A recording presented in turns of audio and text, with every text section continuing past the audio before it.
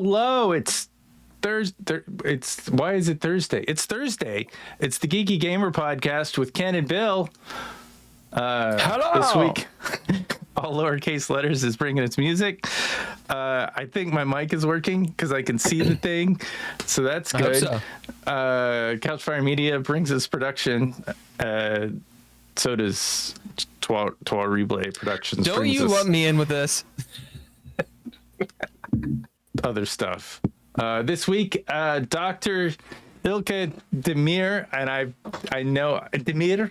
I know I've massacred her name, but she is a wonderful person, so much smarter than me on every level. So this is a pure joy for us to talk to her about so much stuff. She's an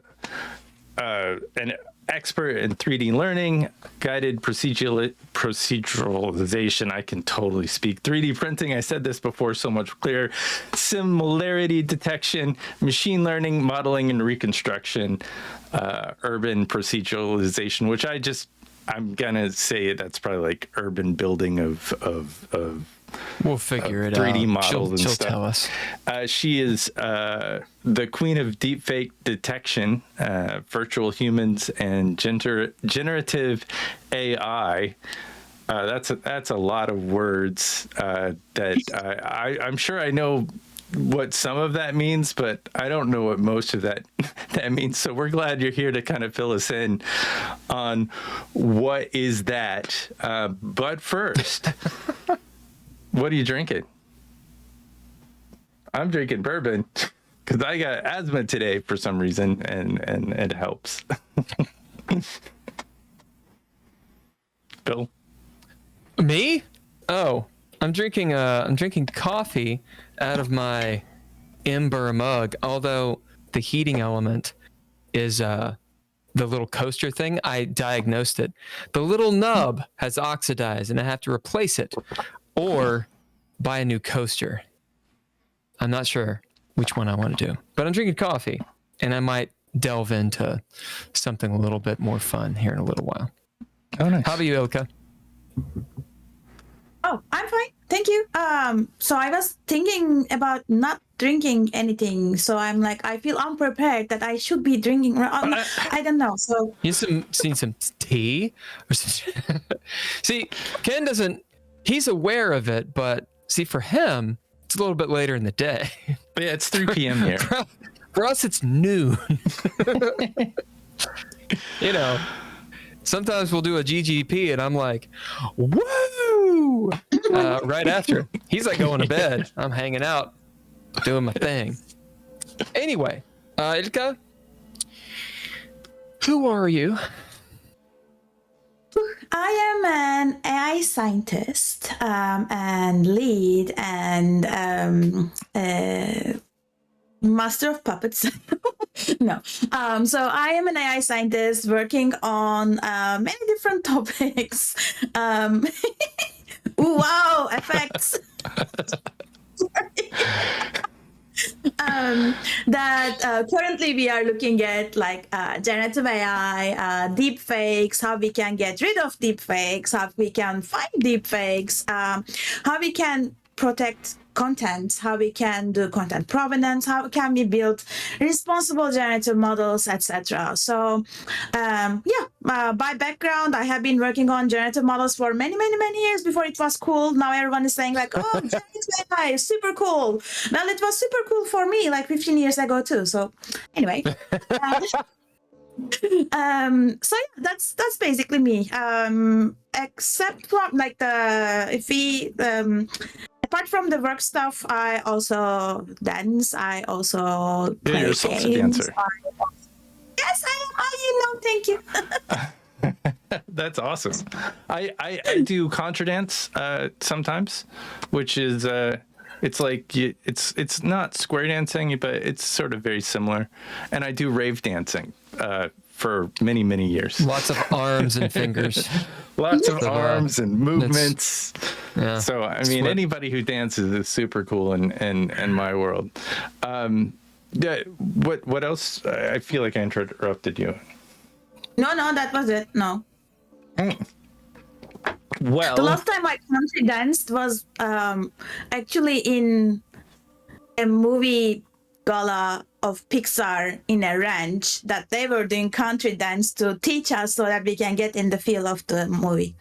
and so Anyway. are you in those movies? Like I noticed you've got some IMDb credits. Yes. So which I'm is not in those movies. Like, but I mean, I watched kind of how you create stuff in your day.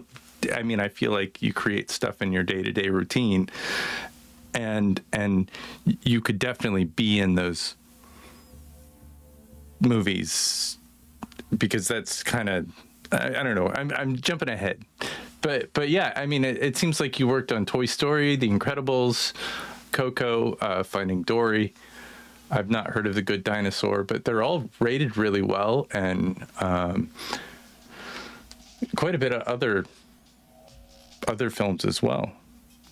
Yes. So the ones that you know and you have heard of are the Pixar animation studios movies, Pixar animations that I worked on the software part while I was at Pixar.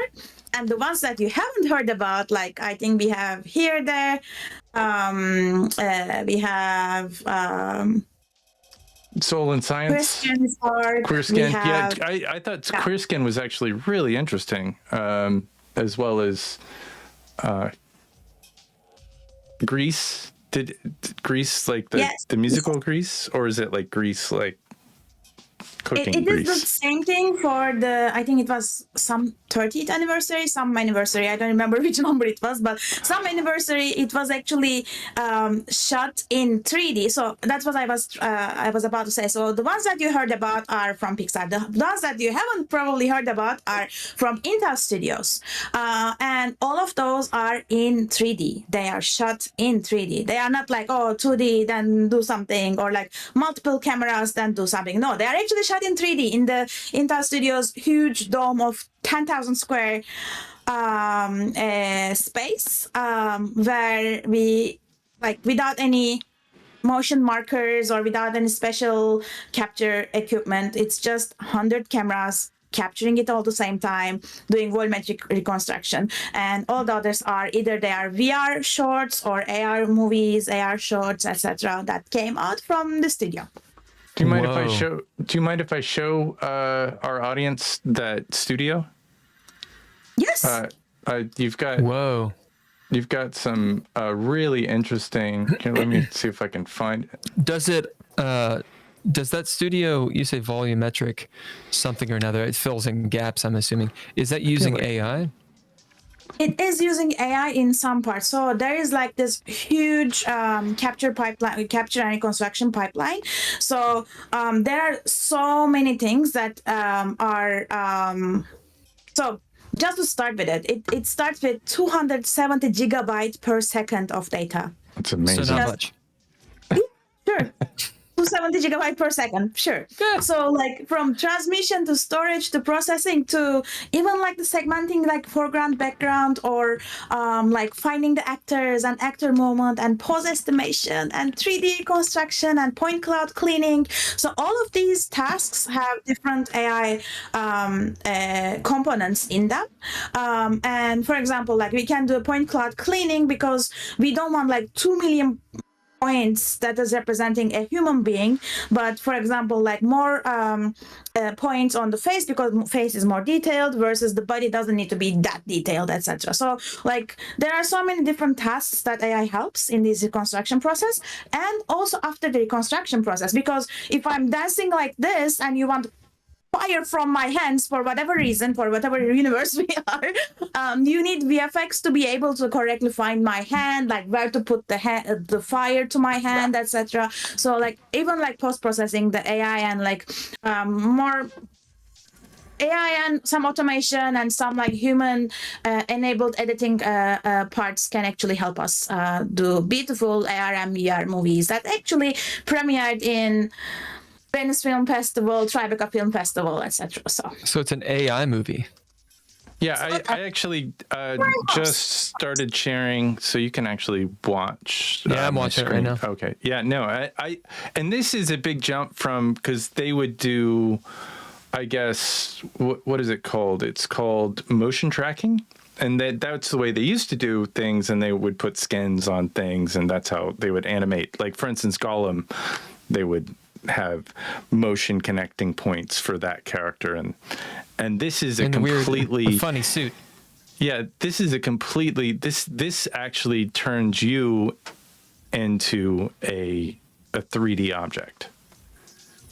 Yeah, can you demystify that for us? Ilke? Yeah, you can just bring. Yes, I can. So the stream has sound, so I was trying to make it. Oh, yeah. I hope you hear me. Yeah, just click watch. No, I know. I'm watching it, but do you hear right it sound click it? or no? Just me. Yeah, You can, if you right click it, then it'll give you the controls of dealing with the stream volume. My bad. My bad. It's no, Discord. Discord's fine. Discord's fine. It's very difficult. Everything is difficult. Everything's difficult. Oh, yeah, that's me. So that's actually the studio. Like all the big thing is the studio, so, and it looks like a really fun place to play. It is. Yes, it was really a super magical place. So the capture. Beautiful. So traditionally, as you just said, like, there's staging, filming, directing, post-production, these steps, right? And then in traditional filming, you only have one, like you may have multiple cameras for sure, yes. But after you capture things, you're done. You cannot just like let's put a camera here, or let's put a camera here, or, here we are capturing in 3D, and we can put the camera everywhere we want, anytime we want, post-capture. So because it's already captured. Yeah, and how many cameras? It's already captured in 3D. Yes. How many cameras are you using? 100 cameras. 100 cameras. That's like. Can I have a clarification? Can I have a clarification question really quick? Yeah, go ahead. So when you say you can add a camera in post, are you actually saying you can just see what was already recorded and just activate that camera that already took the pictures? Or are you literally able to recreate the 3D space? Like everything is captured as in 3D. So just like imagine my room, right? If I have VR glasses and if I enter this room in VR, I would be able to see everything from everywhere, right? So the whole movie is like that. Yeah, it's like the Matrix or Run Lola Run, right? So, for example, let's say you shoot this movie, like 10 minutes or something, and you get your 100 cameras going and you're recording all inches, et cetera, et cetera, et cetera. Okay. Now, in post-production, if you wanted to, you could activate that camera or that camera or that camera because you've already recorded it, correct? Sure. Okay. So let's say, are you able to activate cameras that were not there? Absolutely. Not even cameras, like any point. So okay. Here, you saw like in the stream, there was a horse there, right? So I think in the next sequence of that horse scene, we actually put cameras in the eyes of the horse. By the way, there was a real horse in the studio running around for a Western shot. Wow. As you can put the cameras everywhere you want in post, like you can actually put the cameras into the eyes of the horse, and you see like how the horse is going in 3D and the horse is everywhere. So I see. Yeah. So you don't literally put cameras in the eyeballs. You're just able to understand that space. The computer's able to understand the space in 3D, and so you could do whatever you wanted there. Whoa. Exactly. Yeah. Well, I mean, you could like cameras on the floor, for example, or whatever you wanted to do. If you've ever used like 3D animation software, you can put the camera anywhere. You can put it up somebody's nose and you fly it around. There's no because it's a digital image at that point. Right. With the 100 cameras, what is the resolution of these cameras? Is 8K. that 8K. 8K? They're all 8Ks. So you can. Lord, I didn't know there was a 8K. Yeah, 8K. It's like double 4K. It's like twice as much as a 4K. It's like what is it? And then 4K is quadruple 1080, I believe. I could be wrong about that. I think yeah. I mean, my camera is at least 8K. So it isn't. I gave you that camera. That camera is like barely. I'm talking about the camera I'm using right now. That's why it's so clear. Yeah, that camera is probably 720. Shut up, Ken. So why is this useful? What are some of the real world things that we can do with this technology? Clearly, making a film, a fantasy film, would be part of it. But why else is this useful? Right. So it is mostly for AR, VR users, right? So when you capture a space and capture a story in 3D, you can actually step into it either in an AR world or a VR world. So, for example, one of the productions from the studio was dancing with NCT 127. Anyone into K-pop? So that's a K-pop band. I've heard of K-pop for sure. Yeah. K-pop is like not 8K. It's K-pop is going to get us views like just by saying K-pop. You know, we get. No, I've heard about it. And I know, like, if you're into K-pop, you're like, it's like Swifties for K-pop, right? Yeah, or NSYNC like for our generation. Yeah, except they like generated these guys like. They're not real. Like no, I believe they grew them in a tube. K-pop people. I'm fairly certain they're made of paper and plastic. They're not real people. The videos are really cool. Actually, K-pop is pretty cool. It's and people that are into it are really into it. It's like Whovians. The people that are into Doctor Who know it all. Are you into K-pop, Ilke? No, I'm not. No. I mean, they were great guys, but no.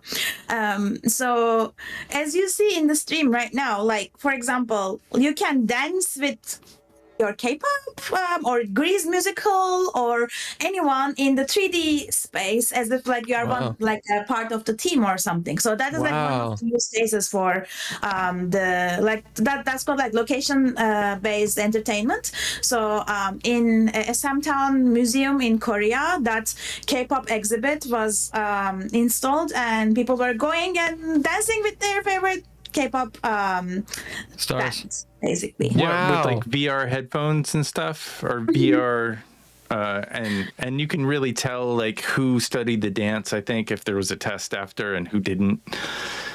You know which fan was like really into it and which fan just kind of phoned it in. So what? I mean, I can see a lot of applications for this, but no one wants to hear me extrapolate. No, do so it. We want to hear you. No. I want to hear the researcher with the PhD tell me why she's doing this. Yeah, so one of them is, as I said, like entertainment purposes. Another one is like if you really want to immerse into the story, right? Not just like dancing with them, but like, for example, in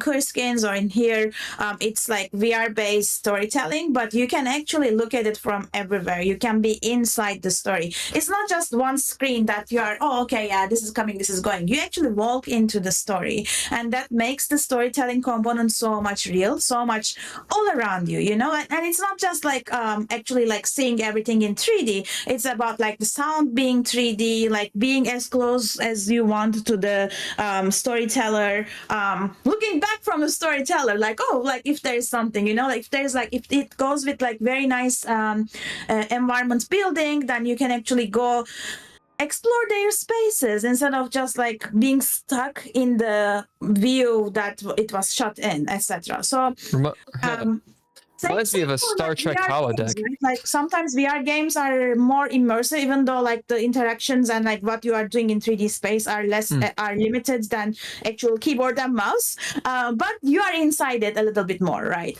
So that's another use case. So You said a lot with the holodeck. Yeah, it sounds like a Star Trek holodeck. Minus the the hard light and like actually being able to literally interact. I heard Mark Zuckerberg talking about Meta or something. I don't know if they're still doing that or not, but he was talking about how you actually see yourself in these things is actually a bit of a problem, or a challenge that they were dealing with. Could you tell us about anything about that? Yeah, absolutely. I actually also worked at Facebook at some point. I worked at Meta when it was called Facebook. Right. How was that? Did Mark Zuckerberg, are there multiples of him? Is he a cloned person? I just saw one of him in one given instance. I haven't seen multiple. He like ziplined out of the ceiling like a... Yeah. No, he was in the aquarium in the middle of the building. So he's like, it's all open space. At least when I was there, it was all open space. But there was just one room that has glass walls and ceiling like an aquarium. And that was his room. So I saw him a couple of times there.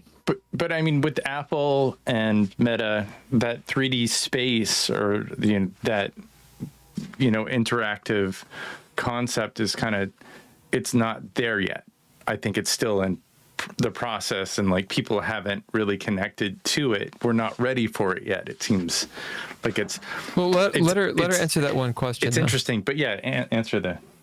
Yeah, so I think the answer to both of them are still like, in the sense that it is not about, of course it is about like the reconstruction and how you build the world, etc. But the underexplored part is still how us humans are interacting with that, how we are immersing in that, how we are actually interacting with that, etc. And for that purpose, like when I was there, we were looking at different interaction methods, like the hand interactions, like how we do 3D, the mouth and gesture interactions, the eye tracking, the eye interactions.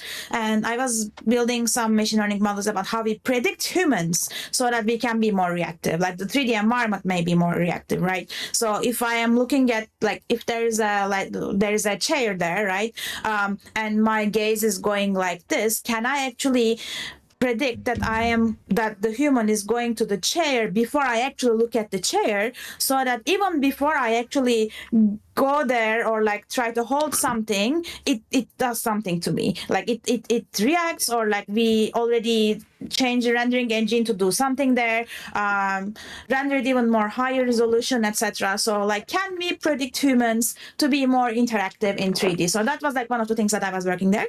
I worked many things in Facebook, but I think the main thing that it is not getting where it is that in the last many decades that we had as human life, we evolved to use mouse and keyboard, and we are super fast on keyboard, we are super fast on mouse, we know the extents of the screen, we know where to look, etc.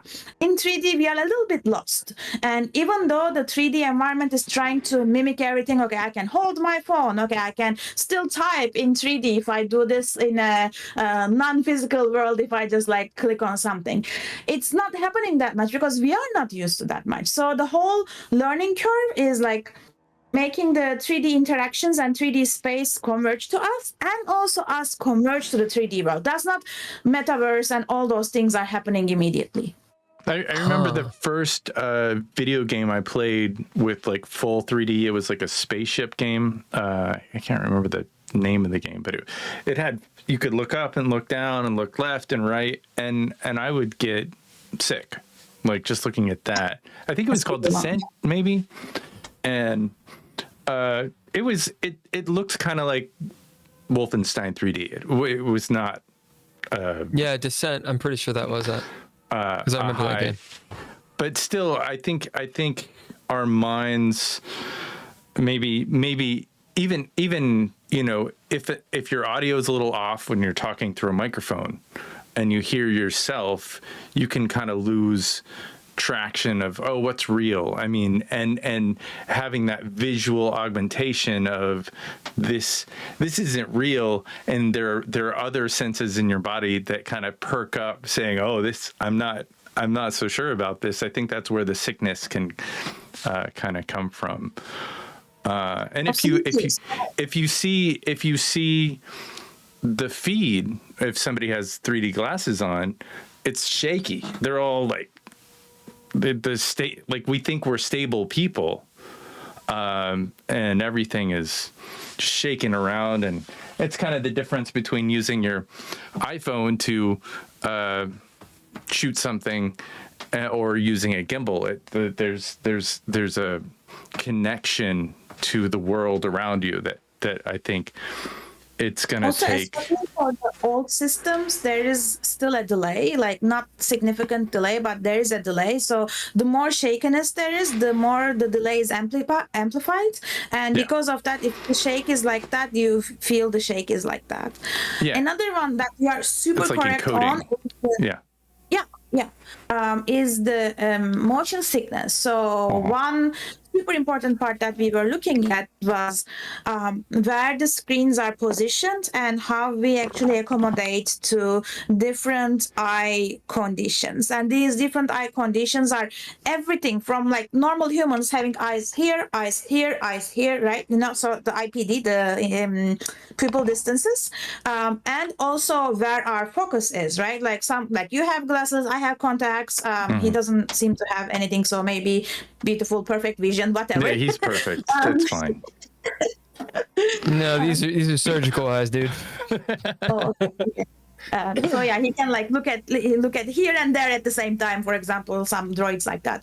How can we actually have like some adjustable screens, adjustable headsets, so that you can accommodate to all of them, so that you don't have motion sickness? Because the whole motion sickness thing is, you actually look at this point in 3D, you actually look at this point, but your eyes are perceiving something here, which is actually there. It's an illusion. So that is the whole like VR motion sickness, because the screen is showing you some depth that is beyond where you look at, but where you like look a magic eye kind of thing.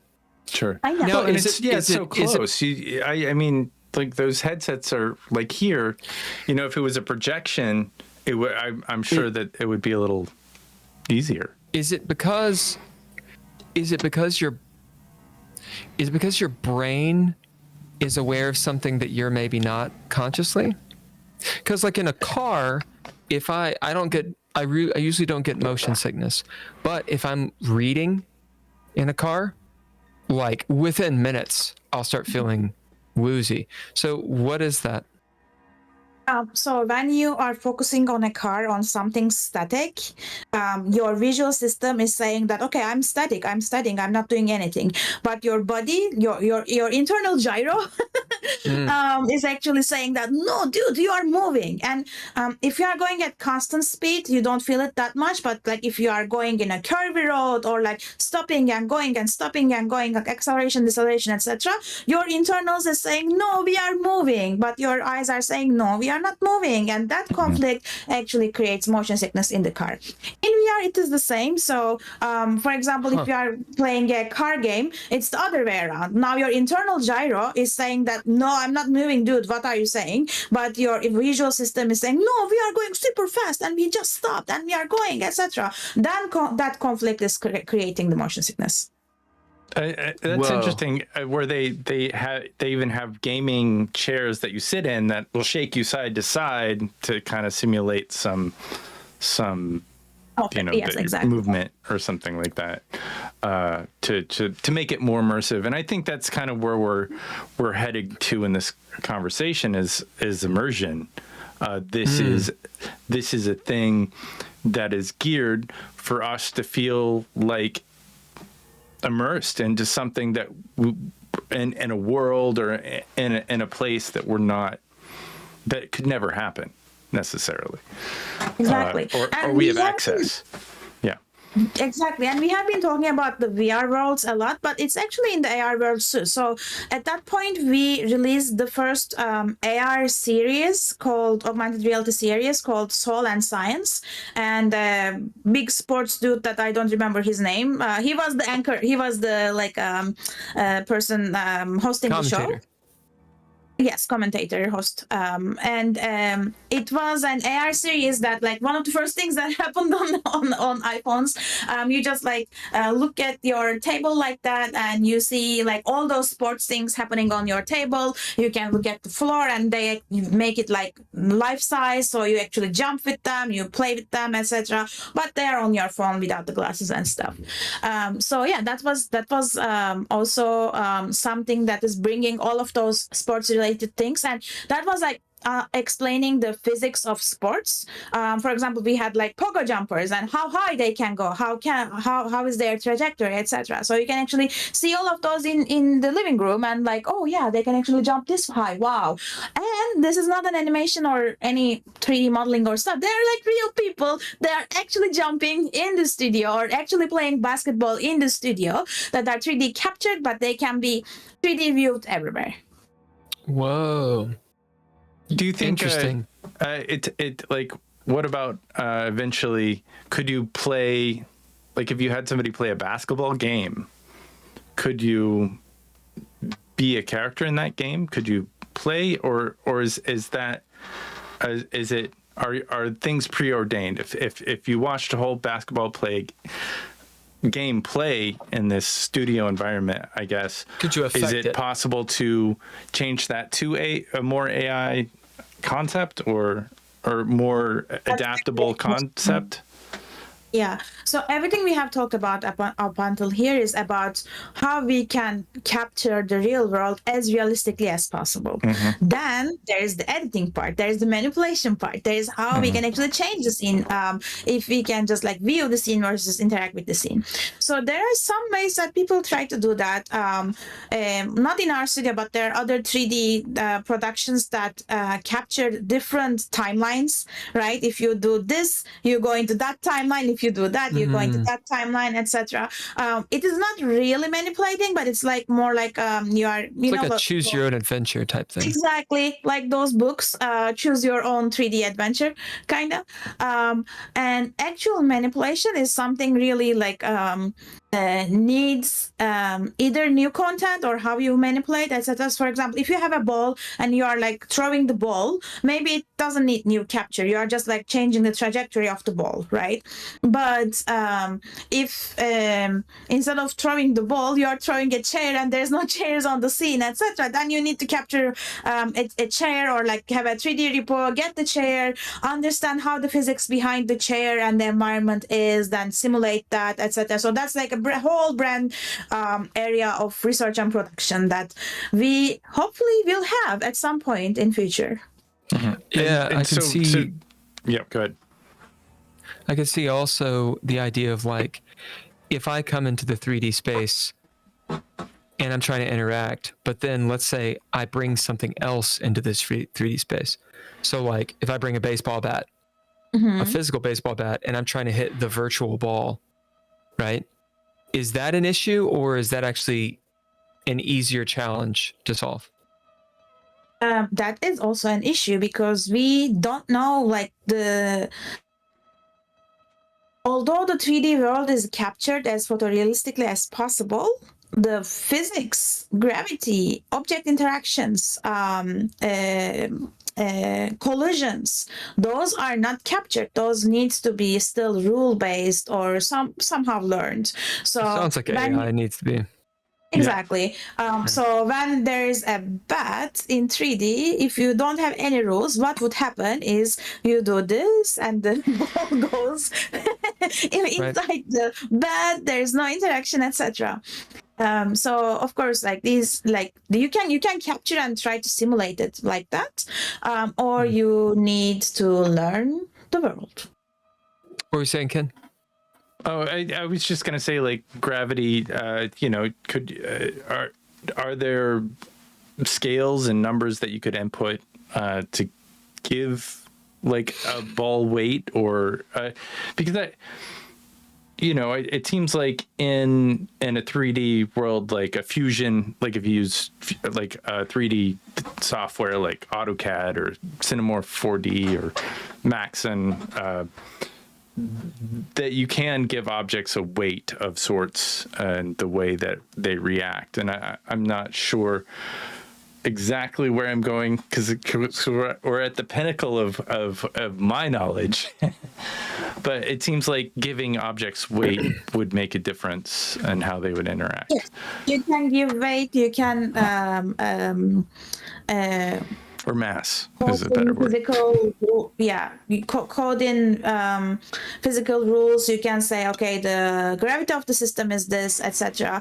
But the more interactions you have, the more rules you need to encode, because even if there's gravity, like a ball and like hitting with a bat is a different interaction that is not not with the masses, etc. You need to know the force on the bat, you need to know the velocity of the ball, you need to know the contact region. You can say, okay, these are like tangential contacts and the bat only hits one point of the ball, etc. But that's not the reality, right? Like the more physically realistic you want to render things, you also need to take into consideration that the ball is actually deforming when you hit with the bat. Do you take that deformation into consideration? Then that actually decreases the velocity and the trajectory. And so like there are different levels of complicated quick simulations that you can do. These are all like in the field of physics simulation, which I don't work in, but like can be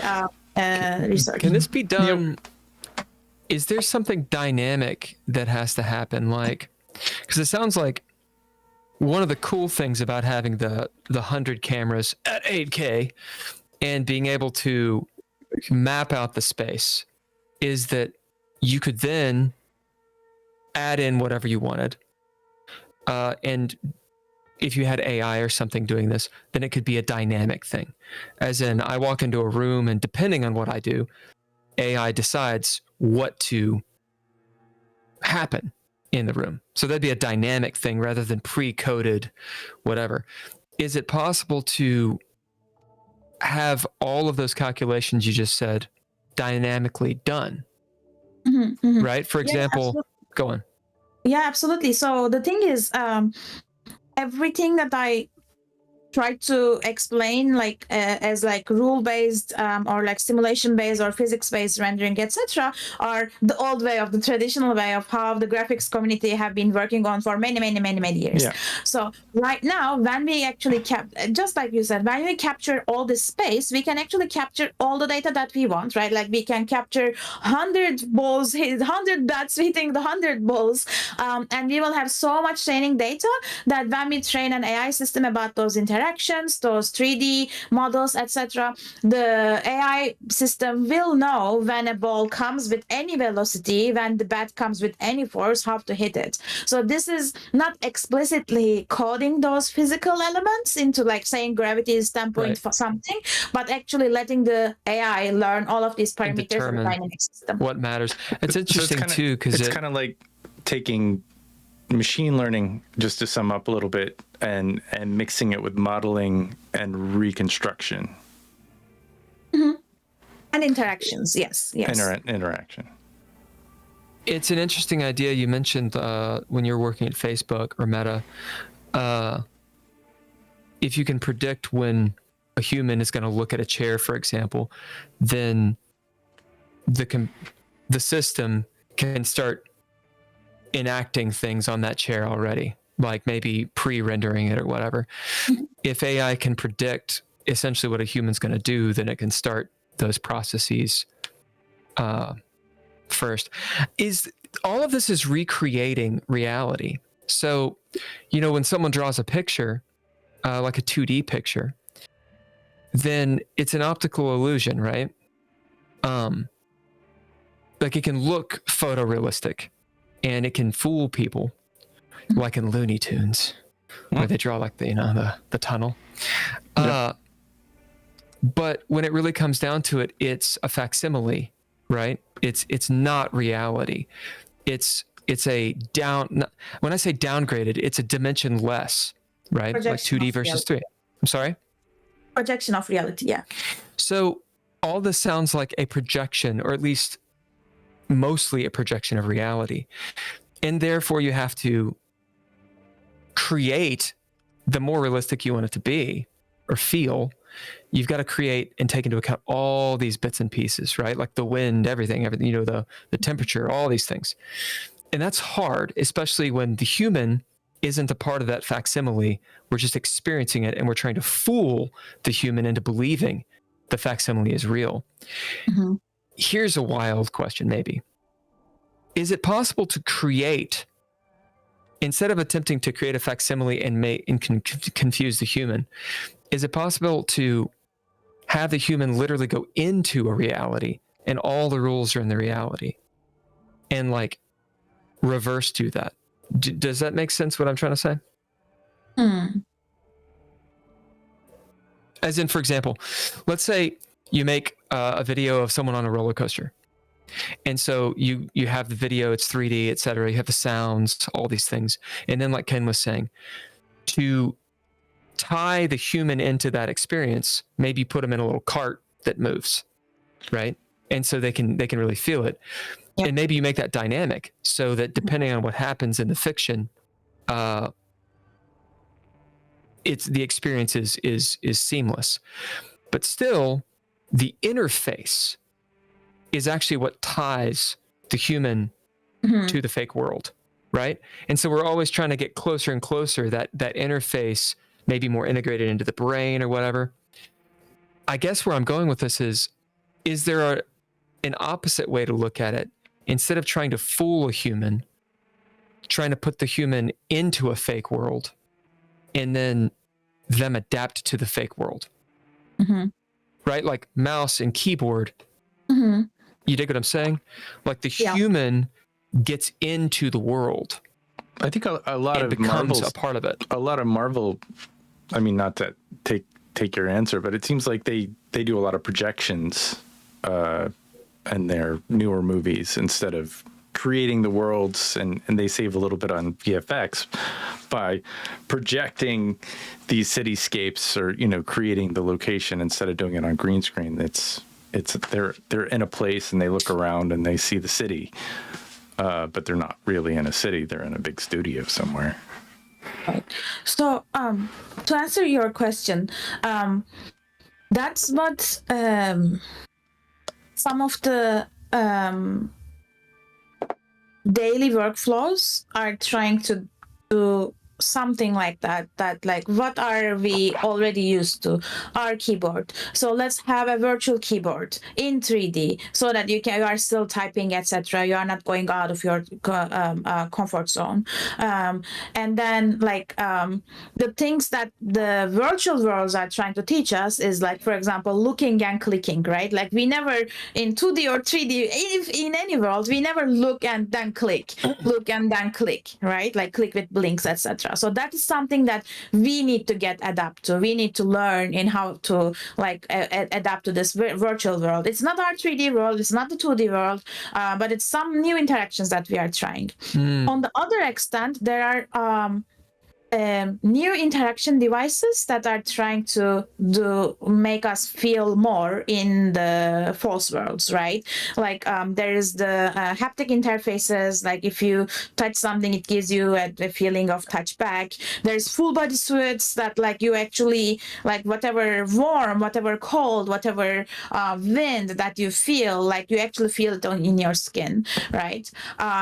There are the walking machines. I don't know, those were super cool. So sure. You actually, I tried one of those in Facebook. So you actually stand on an area just like this big.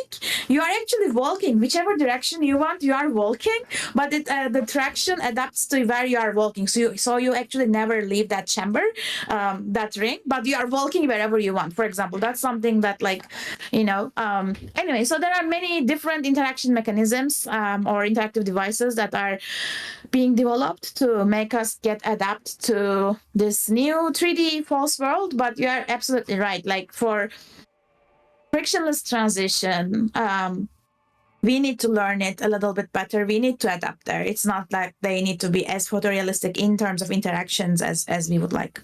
How does that Yeah, it's feel interesting. walking on one of those things? Like is that, how do you feel? Do you feel balanced? Do they have you suspended on something? I mean, do you feel safe walking around on a? I felt safe. I think there was a little bit of delay. So if you like suddenly stop, the band was not suddenly stopping, but like stopping a little bit late. So, But when you stop, you are stopping like this. But that was Yeah. like, was it 10? No, not 10, but like more than 5 years ago. So I'm it's a few sure years in ago. 5 years they improved a lot. Yeah. Right. Well, as Mark Zuckerberg's connection, like, damn. as Wi-Fi speeds or connection speeds, increase. I mean, I'm using Cat 7, Cat 8 in the studio, so I'm sure the connections are all getting faster and faster and faster with whatever that is. Well, we should definitely talk about deep faking at some point. Yeah, I was going to say, I have to heat up my coffee though. Before we So- get into that, what is there anything controversial about kind of what you're doing with with these volumetric? Can I point at the elephant in the room? How about porn? Porn. I mean, the whole time I'm like, right, so porn. No, yeah, well, that's deepfake. Well, like when you porn is very good at something. If you want to measure if a technology will be successful in future, you first look at its uses for porn. If Interesting. it is adapted in porn, then it will be successful no matter what. So for measurement wise. So how's that 100 camera coming along? Yeah, every nook and crevice. What have you been doing in the studio? But for 3D immersive technologies, I think there were some applications there. For some haptic devices, there were some applications there. Right. So like if something is adapted there, it will get adapted in other places. That's how I see it. Interesting. For deepfakes, even in 2019, where there were not that many deepfakes, right? Like it was just such a niche area. Oh, great, you can replicate the face or something like that. Sure. Well, deepfakes have been around for decades, like with Photoshop. I mean, it's just only more current that it's video. I mean, that's the next, it's video, but like the photorealism is like improving and improving and improving. So when it was Photoshop or just blend images or like blend shapes, etc., you can still see that that's someone else's face, or like you would be able to do it in 3D for some time, right? Like, but then like the eyes are always like that, why the eyes are not moving, why the voice is like that, etc. So it's all the photorealism and deep learning and AI being more and more applied here, like better encoders, better decoders, etc. Like all the transformer architectures being applied to face transformations, etc. So because of all of that, it's getting much more realistic, and that's the scary part, that's the dooming part, etc. So but that last thought, even 5 or 6 years ago, go ahead, 97% of all the deepfake content was on porn. Sure, of course it was, because that's the internet. That's all of the internet. 97% of the internet is porn. Is that still true, or is that not true anymore? Still, I think the most money-making part of the deepfake industry is still unfortunately adult content. There are so many like apps and websites and everything that you can nude everyone. You can create deepfakes. You can just like put everyone you want in any pose you want. So like and there was a 404 media article about how much money they are bringing. It was like, I don't want to misquote the article, it was like a considerable amount of, I think, hundreds of dollars, something like that, per second that these people are making. Absolutely. That makes I sense. mean, I'm an OnlyFans star, but I use deepfakes. So. But No. I My can't look OnlyFans at, character, I'm a beautiful blonde. yeah. Well, porn is banned in the state that I'm in, so like I would have to like sign into a website, with my credentials in order to, and I'm not going to do that. I'm just going to skip. Interesting. Even It's interesting. the legality of those cases are very different because, I'm a researcher, but we also work with our legal colleagues, our policy Well, it seems like colleagues. it's We also very illegal. Is any deep fake of anybody without consent of use of likeness or image? It's a very, very illegal thing, isn't it? Uh-oh. Not really. No. There are parties that defend that if you are there's something called fair use in US. So There if is. you are using, for example, a public figure for any other reason than its actual reason, right? Like very basic example, satire for political Parody, figures. yes. Parody. Yes, parody for political figures, right? Yeah. In that case, it actually goes to freedom of speech, I guess, or like any fair use cases, and you can actually do that with deepfakes. It goes into the different legal things, like if that person is earning their money, earning their wealth from their face, like if they are a celebrity, if you are doing it for Tom Cruise, that actually changes because Tom Cruise can sue you because you are making money from his likeness, where he is making his money from his likeness, his face. So that actually contradicts. For adult content, there was I don't know the current. We could use like Mitch McConnell's face in porn. Or like what is the governor of California? Gavin Newsom. We could use his face. He left the topic. He's like, I'm out. Okay. No, for adult. So adult content for deepfakes, that's even more complicated because if you look at it, it is not real, right? Like having porn of someone real in really that situation versus creating it from scratch is different. And then, there is also the like CGI cases, right? Like CGI cases have been there for many, many years. So you expect the laws to be much more stronger and applied and known in that space.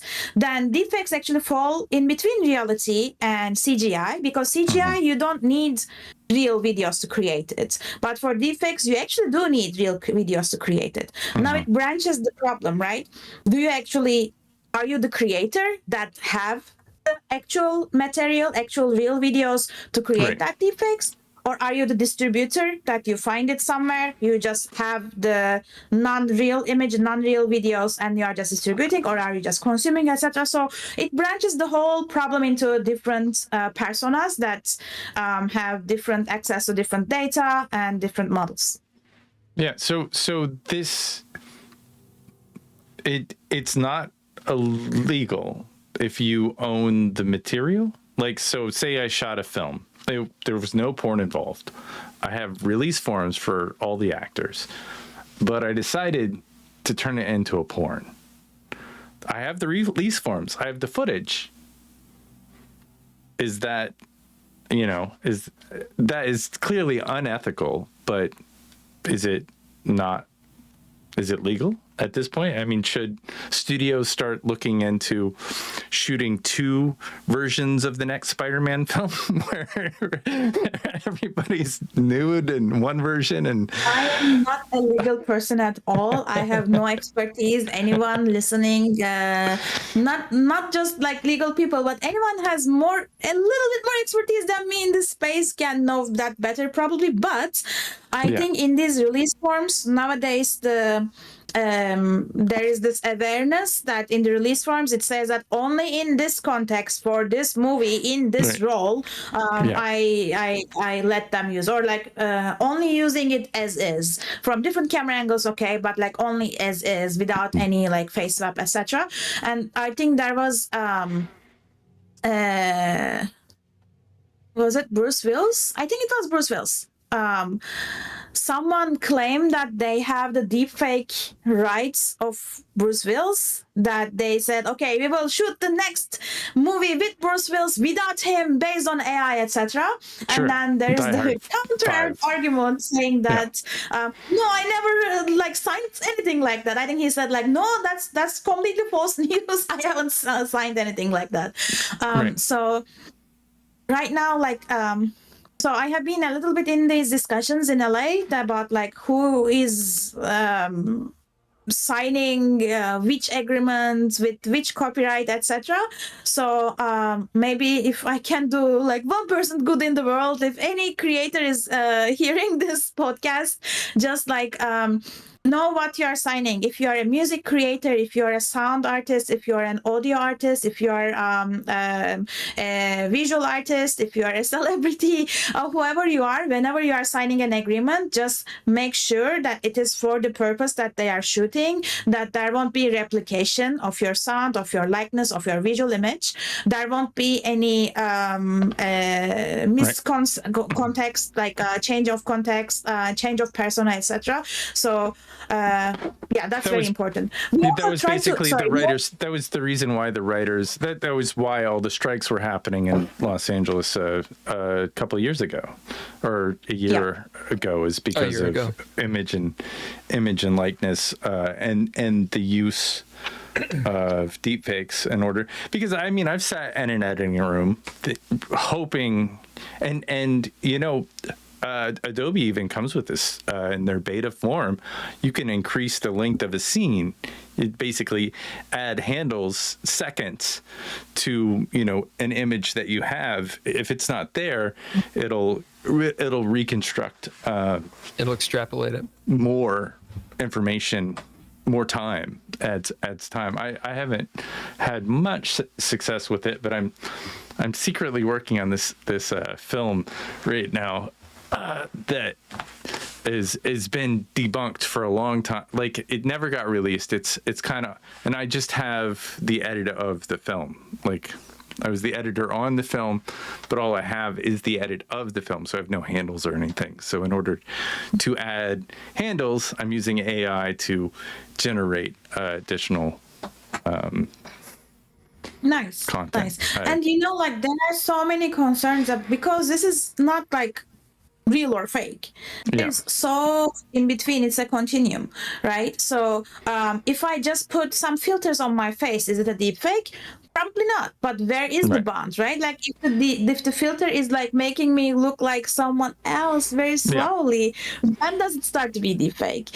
Or the same that as you were saying, like if you have an image and if you are just extrapolating the image a few seconds, well, you actually have reference image and maybe it's just a scenery and you are making the three go like the like three branches go like this, or you are just like making the fire move, right? Is that deepfake? Well, you're creating from creating from non-knowledge. It's not real, but it's not really deepfake that it is changing the context or changing the meaning, as it's just like making the scene flow, right? So it's like very nuanced, subtle boundaries about those generated content. Sure. I have a couple questions. What I want to do with I just want just a little, and then because on. It's along this exact thing that we're talking about. So we play a role-playing game on Mondays, and I want to use my avatar as Bruce Willis. Is that fair use? Is that like deepfake, you know, his voice, my face, or his face, and we're creating new content with an app that seems like there's a bunch of different apps that you can, you know, connect and stream. Like, for instance, I don't know if you've heard of, what is it, Verbo, maybe, and I think there's a few others that allow you to stream with that. Is that we're not making money off of it now, but fair use, ethically. again, like not legal, no knowledge, disclaimer, don't believe me. But if you are making money off it, just imagine that if it was not you, but it was Bruce Willis, then that money would go to him, right? Now, instead of him, it's going to you. So in that case, I think there's conflict. But if it was not him, but let's say Obama, then he wouldn't be making money from his likeness because it's not his industry. He's a public figure. Then that money would be going to you anyway, so you would be able to use him. Yeah, political figures, you can do anything. Literally anything. You can do anything, but the likeness is the economic legality doesn't apply to them. Yeah. Okay. They can still be litigious, and they, like, I don't know, if you do something with Trump, he can just say that you cannot do that to me, ban, like, you know, like. Yeah, but I mean, does it matter? Go ahead, Bill. Ask your question. Sorry. Yeah, I have no idea what I was going to say.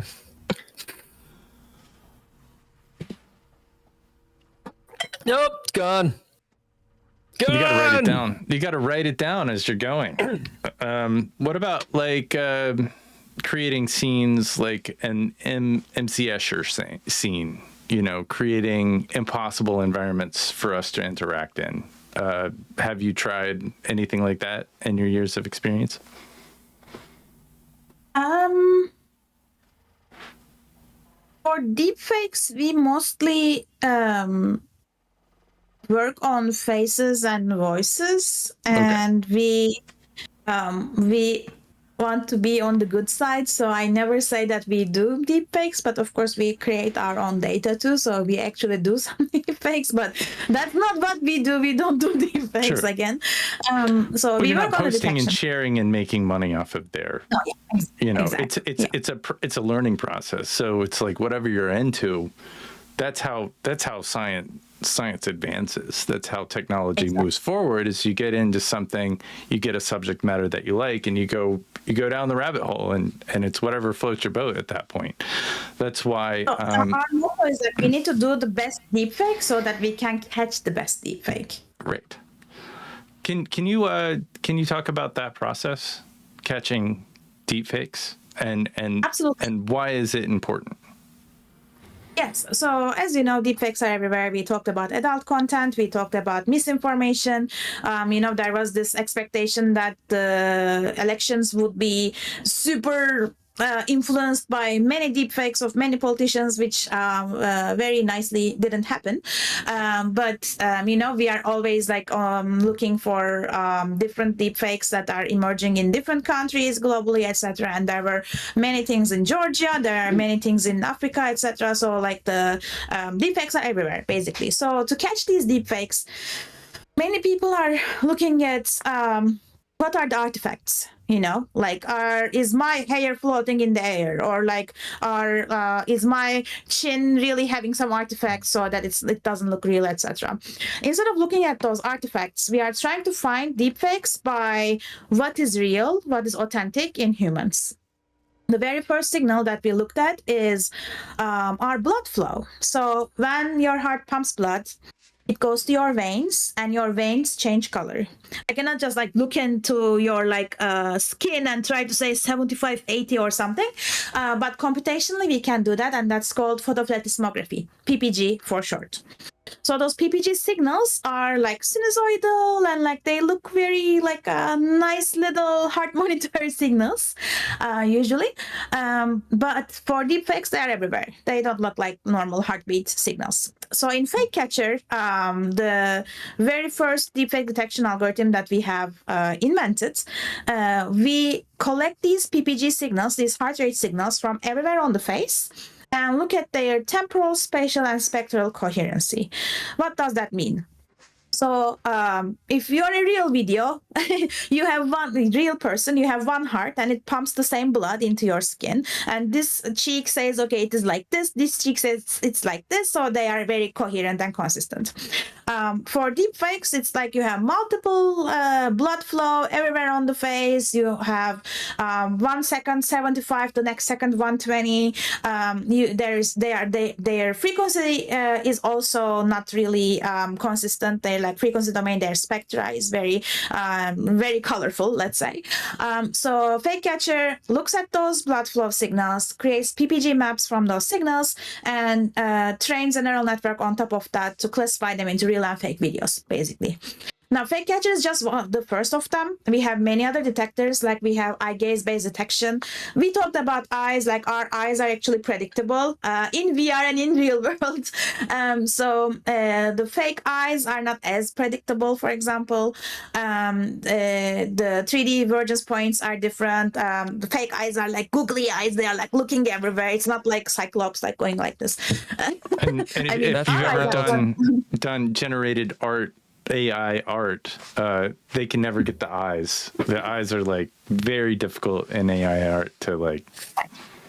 It sounds like a weird kind of Turing test they do in Blade Runner.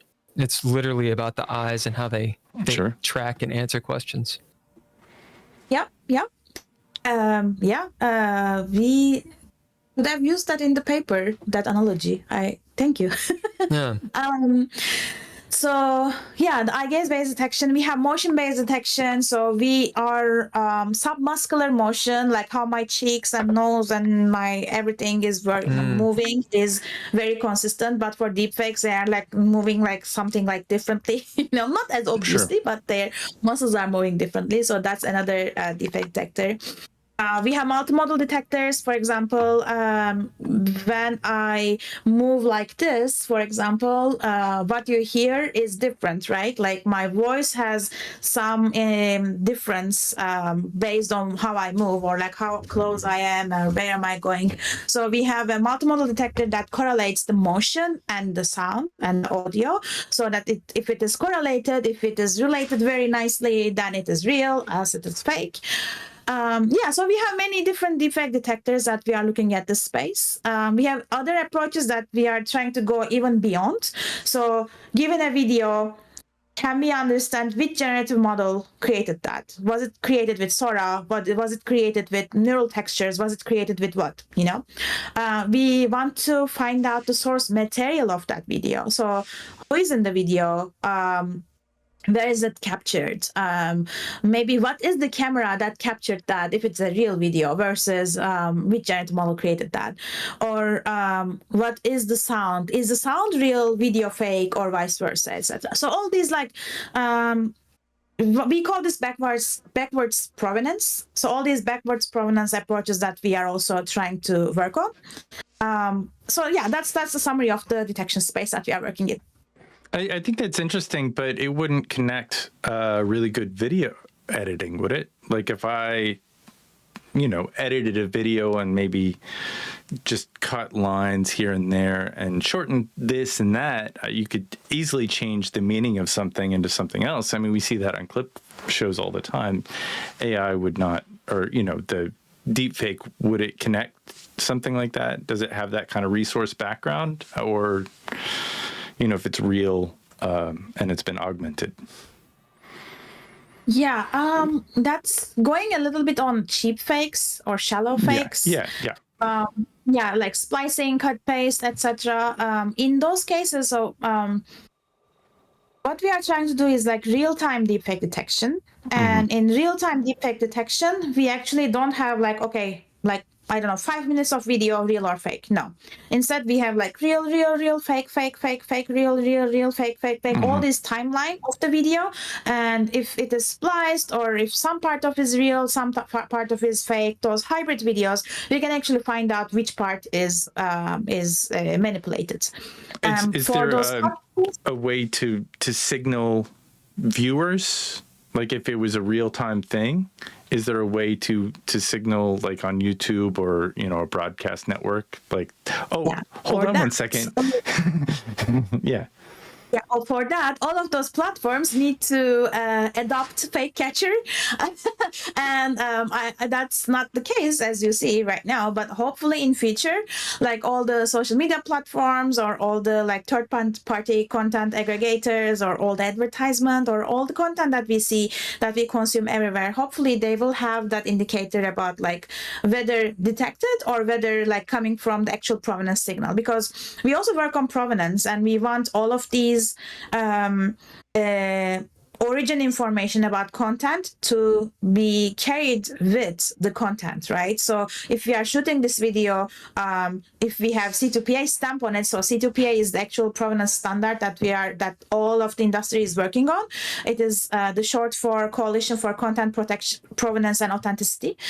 So C2PA is a standard where you want to protect your own content by having the manifest that gives the origin information about the content protected by in the cloud, that the manifest can be retrieved whenever you want. So if we are shooting this, for example, it will say that okay, the video has Ilke and the producers, and the producers are these, the distributor is this. If you do editing, you will say that okay, the video was captured by this camera, but editing was done with this software. All the editing is valid and authenticity based editing, and then when you upload that, the manifest also gets uploaded, so you know the provenance information for the data.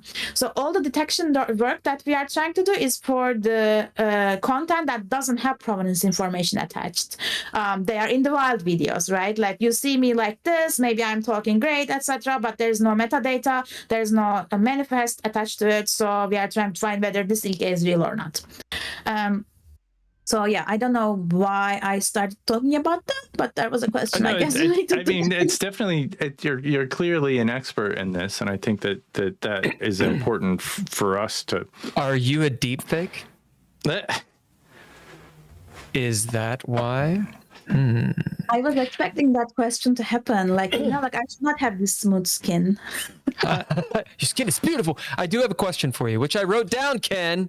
Good.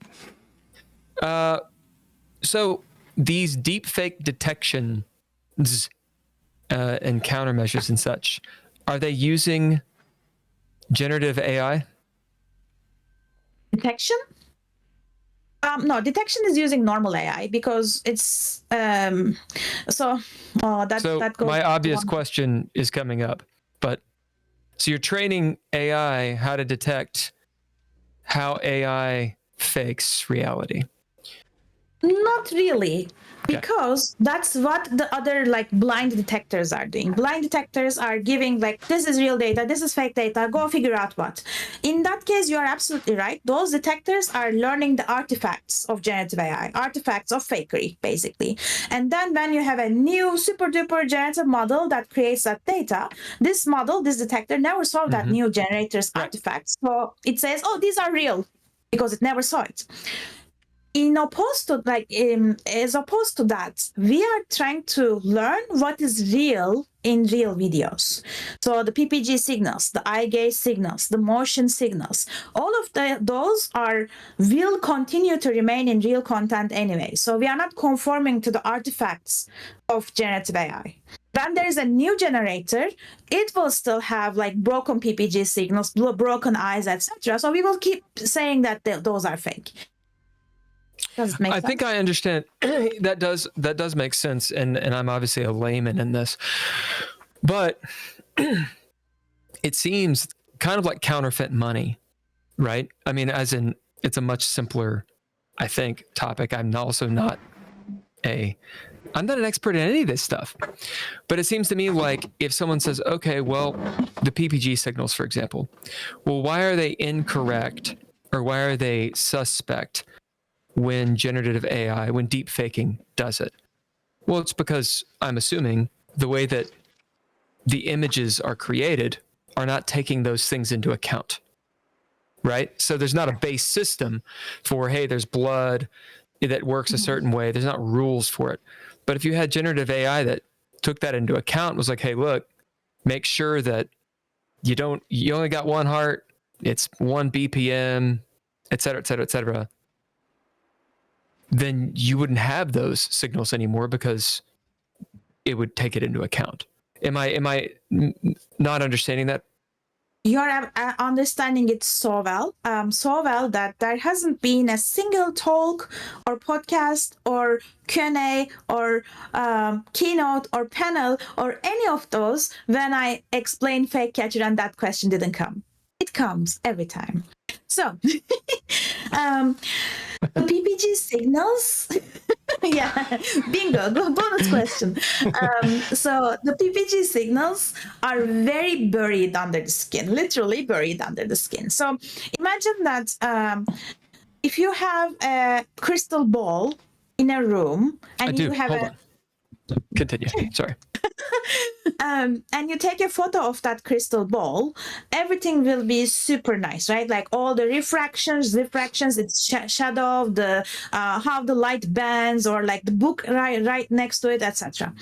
If you want to render a scene with a crystal ball, a synthetic scene, like you in 3D, in Unity, in Blender, in your favorite 3D software, you put a crystal ball in the scene, and you need to solve so many light equations and interactions and shadows and shades and light bending and illumination. All of them you need to solve for. This is very similar with the subsurface scattering, with everything that you need to do. So putting it there is very, very hard, but if it is there, finding it is not as hard. There's another layer of complexity on top of that. So this will get a little bit technical, but all these deep learning models are working based on something called backpropagation. Backpropagation is when you have a result, the path that goes to those results, you need to propagate the error back on those gradients so that you can actually adjust the weights.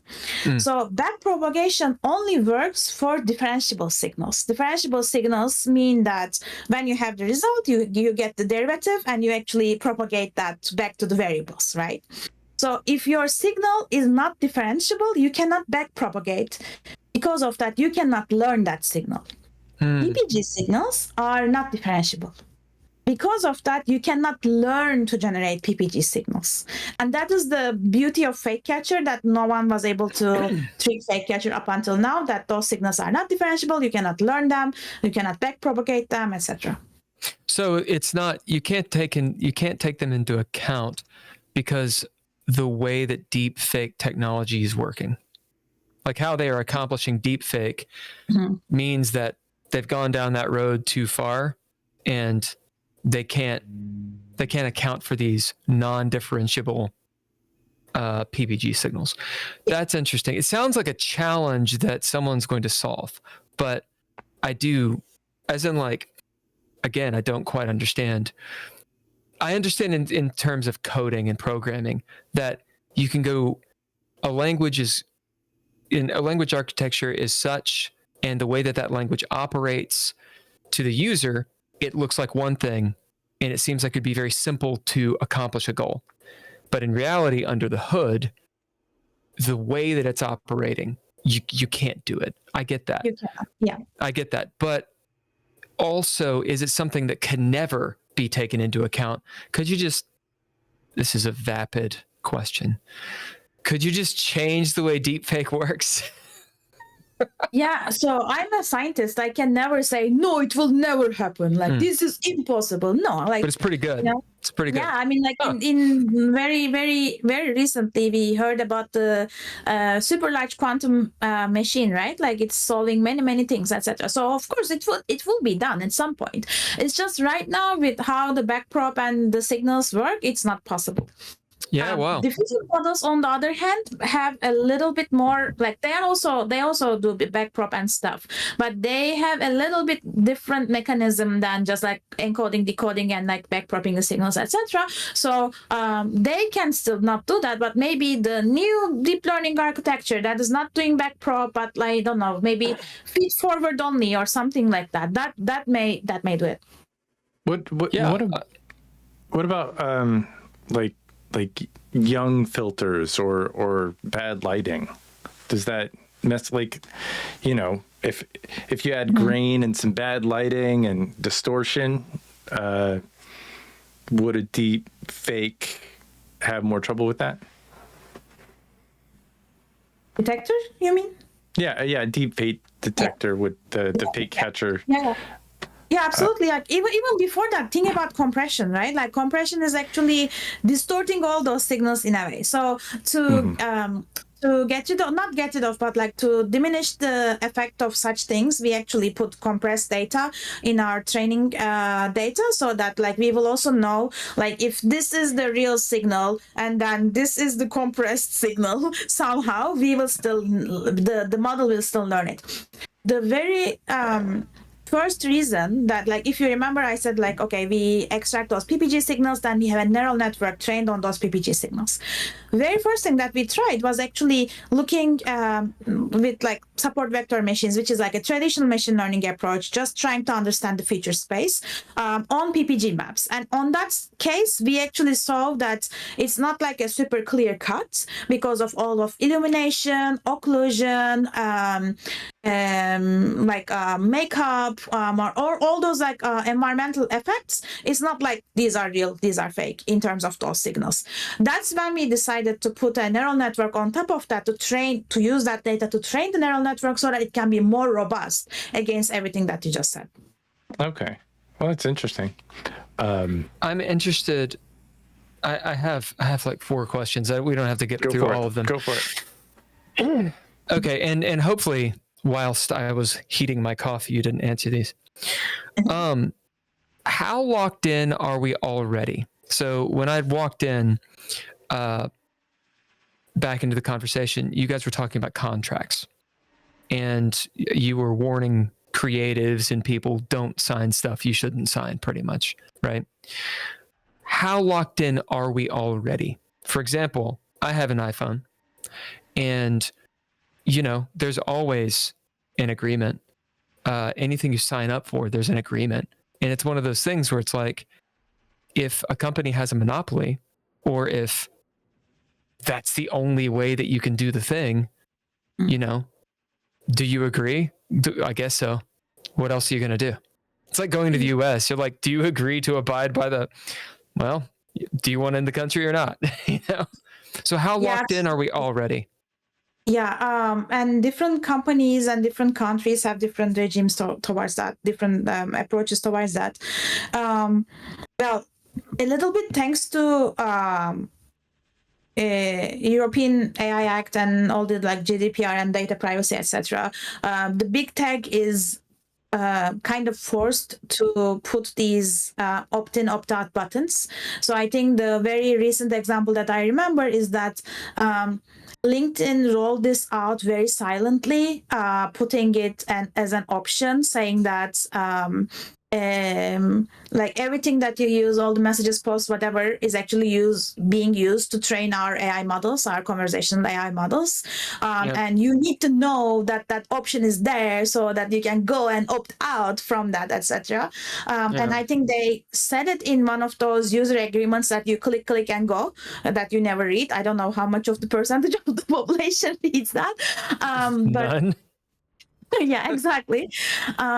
So that was like so that's something that, like, especially nowadays when the user agreements and use terms are changing, just go and read. It's probably because of generative AI, probably because of conversational AI.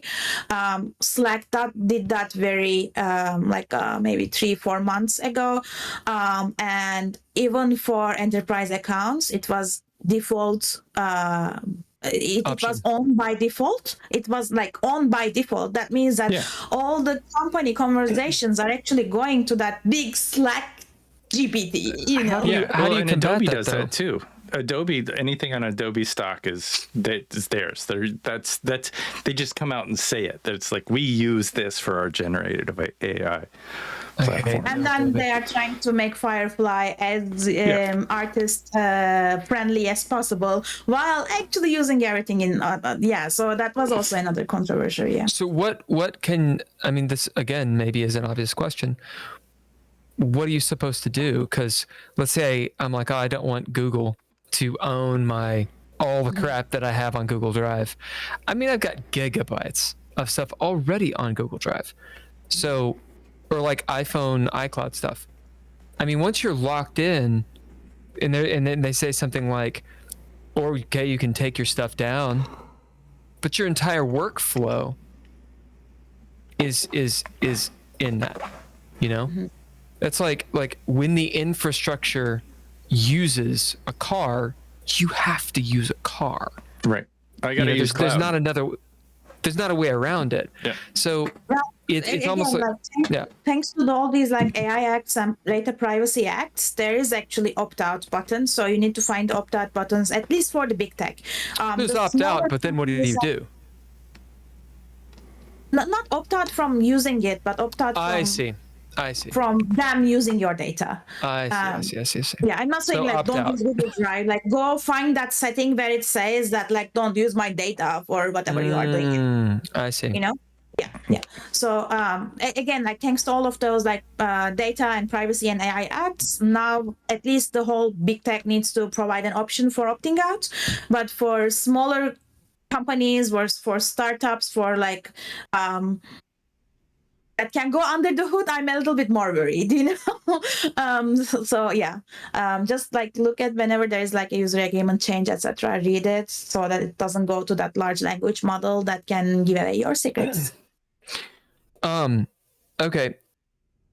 Again, this may be an obvious question. So how is deepfake used? I know how it could be used. How is it actually used right now? Other than cool YouTube videos that have like Obi-Wan Kenobi, you know, reacting to Star Wars. Or like that dude that got hired in ILM because he created a deepfake that was much more believable than the actual Luke CGI that ILM created. Yes, that was a great moment, but it just was not well done. And the Disney show. We all waited for that moment for a long time. I know. Of course, like entertainment and satire and parody, etc. These are great uses that are hopefully not that problematic. Misinformation, unfortunately. So we haven't seen that much of an impact in the US, maybe, but we work with different nonprofits and different human rights organizations about finding deepfakes as fast as possible, hopefully within 24 hours that they don't go viral. And we have seen many cases in Africa, in Europe, in many places, not like necessarily not the US, that many journalists are finding out those deepfakes that are actually swaying or trying to sway public opinion. And those journalists are like, well, do we even believe that? Is it even real? They don't even know. So they come to the human rights organizations, and the human rights organizations reach out to us and the other collaborators. We are not the only collaborator, there are many collaborators, and we give our best analysis to them, not just technological analysis but also our human expertise, saying that, well, the detector says this and we also see that, so it's probably this much real, this much fake, etc., as explainable as possible. And then they communicated with the journalists, and they communicated with the public, etc. So even though in US we haven't seen that big of a public opinion sway and misinformation, there is actually that happening in the whole world. In India and etc. we also saw some. Another use case, as we talk, like adult content, that is like one of the biggest use, unfortunately. That is the most monetary uses, unfortunately.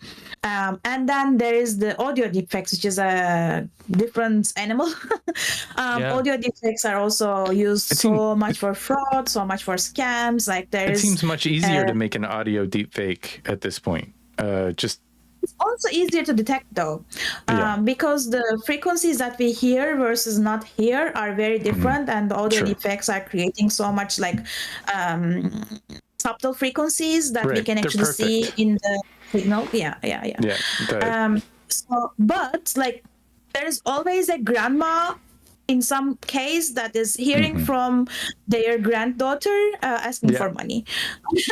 Unfortunately, those are always. He's like, here you go. What is this? What? I just signed up for this service. What do you think about that? I'm like, no. Golly. So yeah, no, I get that. Yeah.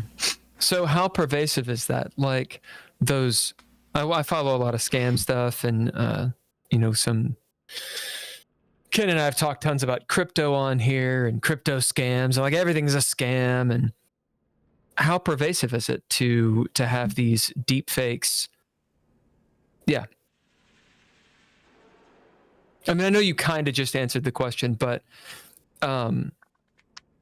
I guess what I'm trying to say is my pessimism and cynicism would have me believe that I can trust nothing. Yeah, no, I'm with Bill. How pervasive, how much of a conspiracy theory is that? Fake news.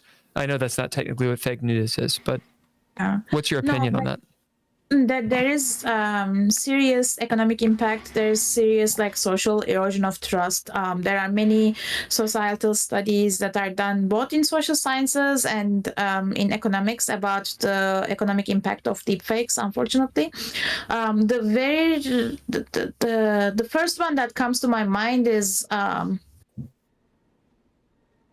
I was in one of those Asia Pacific Economic Forums as a panelist, and one of the other panelists, she was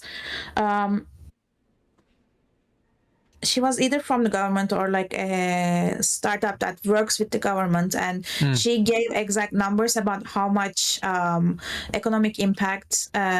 What was the percentage per person that deepfakes were creating as economic impact for Singapore, and it was very significant. So it's the case for US. It's the case for many places. Recently, 2 weeks ago, 3 weeks ago, a month ago. Wow. Time passes. Sorry. It does. I was in Korea, and in Korea. Oh yeah, you were there a month ago. Wow. Yeah, a month ago. Uh-oh. Interesting. Continue. No, it's okay. So it's like an emergency right now about deepfakes because adult content, etc., is super banned there.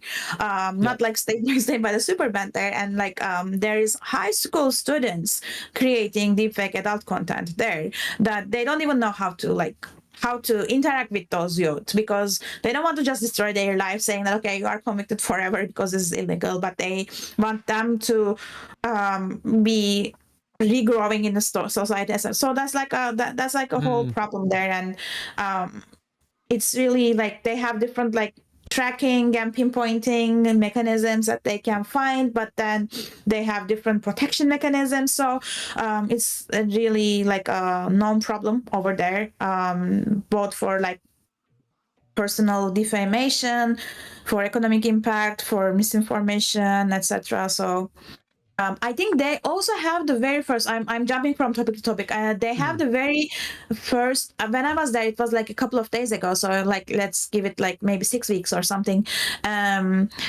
They had the first case of putting someone into jail, sentencing someone for deepfake creation. The very first case, the judge actually found the person that is creating the deepfake guilty and sentenced them to 10 years or something for creating. That sounds like Korea. Although Korea has it's in the 90% or something. Like if you get into their system, it's gonna be bad. Yeah, were you? This is a little off topic, but maybe it's not. Were you there when martial law was declared? No, that was not. Yeah, it sounds like that was just a few days ago. Do you think that had any? Do you think that misinformation had something to do with it, though? It seems like that's kind of where the president was coming from. And I'm kind of talking outside of my expertise level, but I mean, it seems like there was something that drove him to take the actions that, whether real or imagined, that he took. Yeah, the misinformation and that space is very, very hot, very top of mind right now. So that's also causing that shaking of what is real, as you just said, right? Like that's what we call like social erosion of trust. It's not just mistrust to online content, it's not just mistrust to media, it is interpersonal trust, societal trust. So people just lose sight of what to trust, what to believe. Like maybe you're my best friend, you are showing me a super duper new video of someone that I adore, and later I found out that it's not real, and then I will never trust you again because you showed me that, right? So that's like becoming that like super entangled social interactions about what to believe, who to believe, how to check whether something is real or not. Well, I mean, the whole idea of blackmail, right, is you find dirt on someone, but if you can generate dirt on someone, and then all you have to do sometimes, it's not even prove it, because the court of public opinion is not you're innocent until proven guilty, right? Like someone creates a few text messages from Marsha. It's like, who the hell is Marsha? And all hell breaks loose. Have you dealt with any of that stuff? Has it been talked about, or is that like? There was a very interesting case in Turkey, and I don't know how it concluded, but I think one political party claimed that the other political party is creating deepfakes of their leader, and then it was like, oh my god, deepfakes of that leader is like will sway everything, will destroy our democracy. Sorry. You know. But anyway, so that there was this like emergency situation there, and then of course I am Turkish, and that deepfake related news is everywhere in Turkey. So I was contacted by many different people in Turkey about, can you check this video, etc. I'm like, yes, we have many detectors. Don't worry, we will check. Send me the video. There was no video. It was just the fear of the other party being able to create a deepfake of the other party. Well, it's kind of like stealing an election, for example. Kind of. Just an example. Just an example. Sometimes all you have to do is say something, and it puts that seed in, and then people can justify storming the castle. Yeah, I mean, so there's just it just needs to have a hint of reality. You just got to connect on some level. So, you know, in a sense, a completely technological, ignorant person like myself could start suggesting things if I had a certain kind of following, and I could just avoid all the deep fakes. I mean, like there are many other, like, this is not even a double-edged sword. It's like a shuriken. So people are claiming that like real videos are fake because they want to get rid of those videos. Oh, like someone just created a deep fake of me. That's not a real video. Well, that's real, dude. You did that. Wow. You know? Or like, oh, like they are threatening me to create a deep fake of me about this and that, and there's no video and stuff. You know, like there are so many things that this new concept is bringing us about reality, about trust, about like content, that I think we are working on very interesting topics. I didn't know how to tie this, so I'm just like I love it. like, It's interesting. very important. Yeah. Really, it's really quick too. Yeah. On Google, apparently what you do is you go to your Gmail, the actual Gmail, go to little cog, hit all settings, and then you navigate to My Google Activity, and you can start turning off the opt-in stuff. You got to find it though. Yeah, they don't make it. It's not on the front page. Yeah. Okay, so that's how pervasive. Some cases they make it so hidden that you need to email some hidden email to actually do it. Like at least like Gmail case, it's automatic, or LinkedIn case, it's automatic. Sure. I think Slack Enterprise at the very first time they rolled it, you needed to actually email the Slack something account to opt out your company information from their company information. Yeah, Like a blood sacrifice. So how good are people at detecting deepfakes? Lovely question. We do user studies about that. So that's all I can talk about with data driven and with sure expertise that like I was so hesitant in the legal topics that I was like, oh my god, should I say this? Should I say that? This one I should say. So we ask 100 people, not like that, but we ask many people, many videos and many questions, and all we try to understand is first how people perceive deepfakes, and then in the second study how people digest the deepfake detection content. So when we say something is real or fake, how do they react to it? How do they trust it?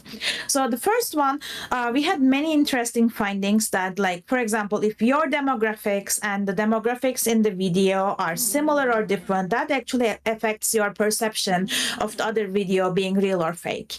You may have a more dedicated eye if you're like... you don't research your own party. Never do it.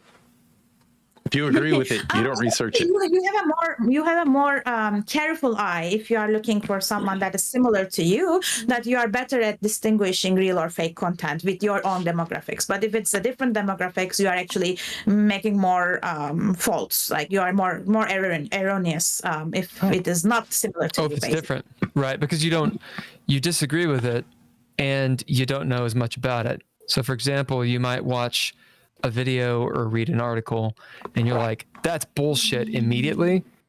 Well, maybe that's fake, blah, blah, blah, blah, blah. I think I can understand that. I know. As in, what is that? Something bias. What am I thinking of? Yeah. Not observation bias, whatever. No, familiarity bias, something like maybe that. That's it. Yeah. Okay, continue. That also is in memory, right? Like you actually have the tendency to remember the people that looks more like you, about like what were their name, what was their face, etc. But if you look at like someone different age, different skin color, different gender, etc., you actually have the tendency to remember them less. So that's like similar to that psychology. Another one that we looked at is like how that the video quality affects, like if it is low resolution, if it is super high resolution, if there is like a context blur or background blur, if the video in the person in the video is a known person versus an unknown person, if that person is speaking your language or not your language. So we looked at all of these variables and we tried to understand what people are finding as fake. Another dimension that we looked at is the artifacts in the video. So if it is a face swap versus a face reenactment versus a video from scratch, etc., how do we perceive them? Do we see the boundary artifacts more? Do we see the skin artifacts more? Do we see the eye artifacts more? And then what we see as those artifacts, are they complementary with the detectors that we write, right? So for example, the skin color changes.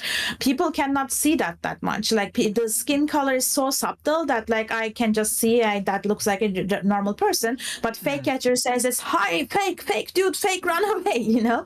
On the other hand, if there is a context-based misinformation, like not like very high quality video, very like let's say Putin the very famous example, Trump with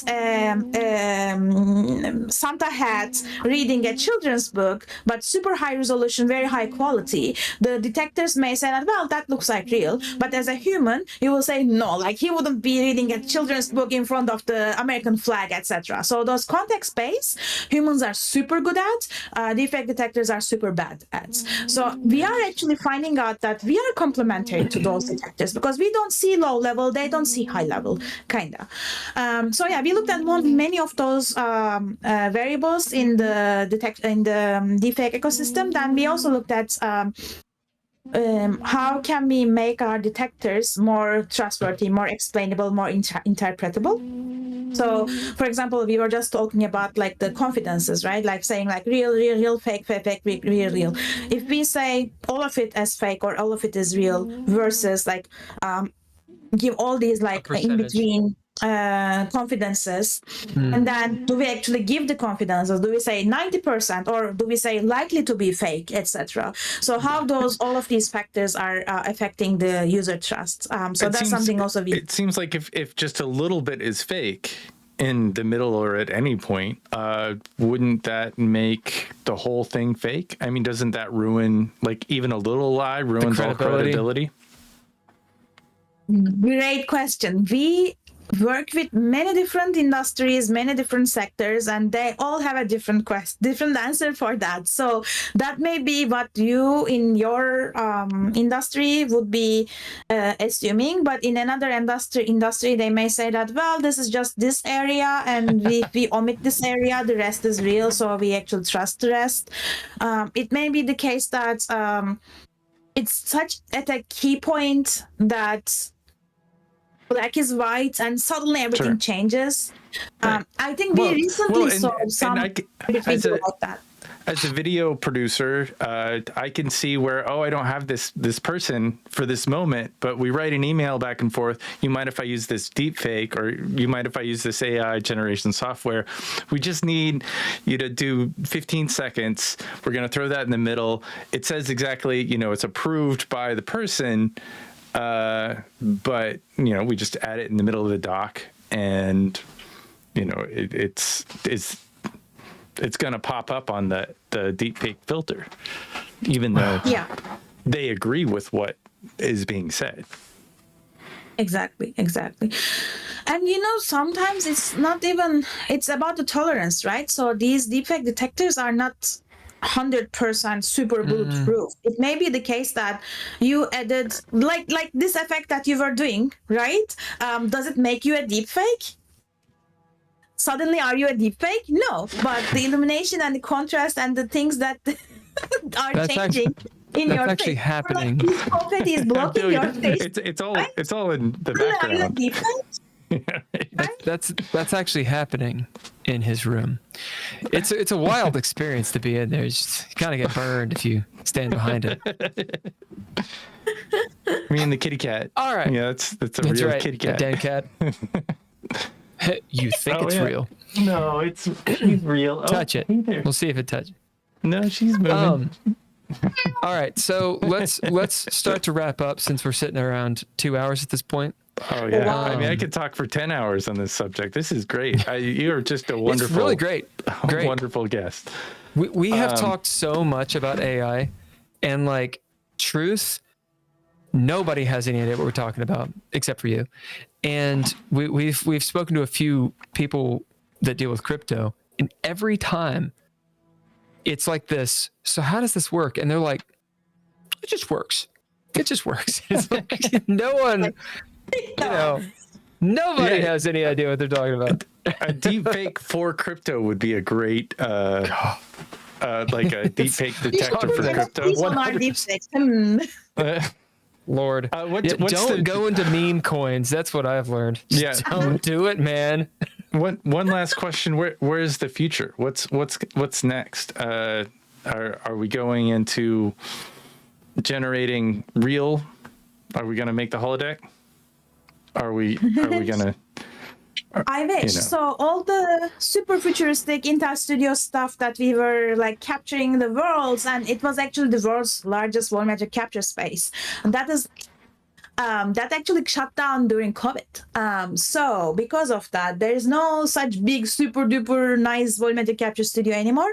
But there is like little studios of Meta and Google. They capture just one person or half a person or just the face or something like that. I think there's Microsoft Meta Stage that can fit 2 people, but it's not like a gigantic place that was a wonderful space. Anyway, so that's that. I just needed to say that. For the future, I think in the utopia that we all should be dreaming of is that any content has a standardized provenance data with it. So you will know how it was created, how it was edited, how it was distributed, who are the responsible parties, etc.